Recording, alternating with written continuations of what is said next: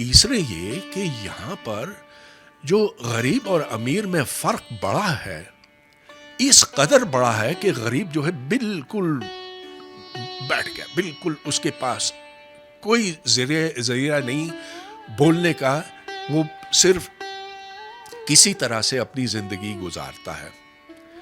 اب ذرا دیکھ لیجئے کہ ایک چوکیدار ہے، کیا تنخواہ ہے اس کی؟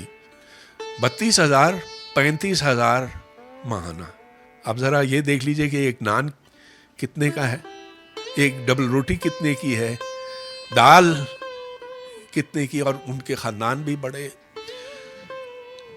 یہ چیز ناانصافی کے علاوہ معیشت کے لیے بھی بہت نقصان دہ ہے، کیونکہ اس طرح سے زیادہ بچے پیدا ہوتے جائیں گے اس امید میں کہ ہمارا کوئی تو بڑھاپے کا سہارا رہے. And that's why we have overpopulation. اس کے ساتھ اچھا اب یہ فرق غریب اور امیر کا اتنا زیادہ کیوں ہے پاکستان میں؟ اس کی وجہ یہ کہ ہم نے یہاں کبھی جاگیرداری نظام ختم ہی نہیں کیا. اس کو ختم کرنا مقصود بھی نہیں تھا.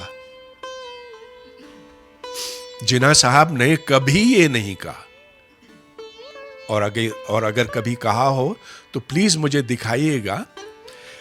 انہوں نے کبھی یہ نہیں کہا کہ ہمیں زمینداری نظام، جاگیرداری نظام کو ختم کرنا ہوگا، کیونکہ مسلم لیگ میں سارے جاگیرداری تو تھے، سارے کے سارے. سرمایہ دار اکا دکا تھا، لیکن باقی سارے بڑے بڑے زمیندار تھے.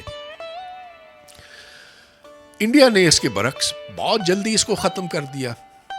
نہرو نے شروع دن سے کہا تھا کہ ادھر جاگیرداری کا نظام نہیں چلے گا، لینڈ ریفارم از ایسینشل، اور 2-3 سال کے اندر وہ واقعی ختم ہو گیا، جس کی وجہ سے انڈیا کی پارلیمنٹ میں لوگوں کی نمائندگی کسی حد تک ہو سکی.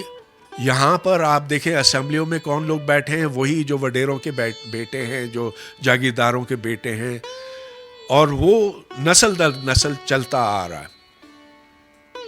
ہمیں یہاں جمہوریت کی ضرورت ہے، یہاں زرعی اصلاحات کی ضرورت ہے، اور یہاں ٹیکس ریفارم کی ضرورت ہے.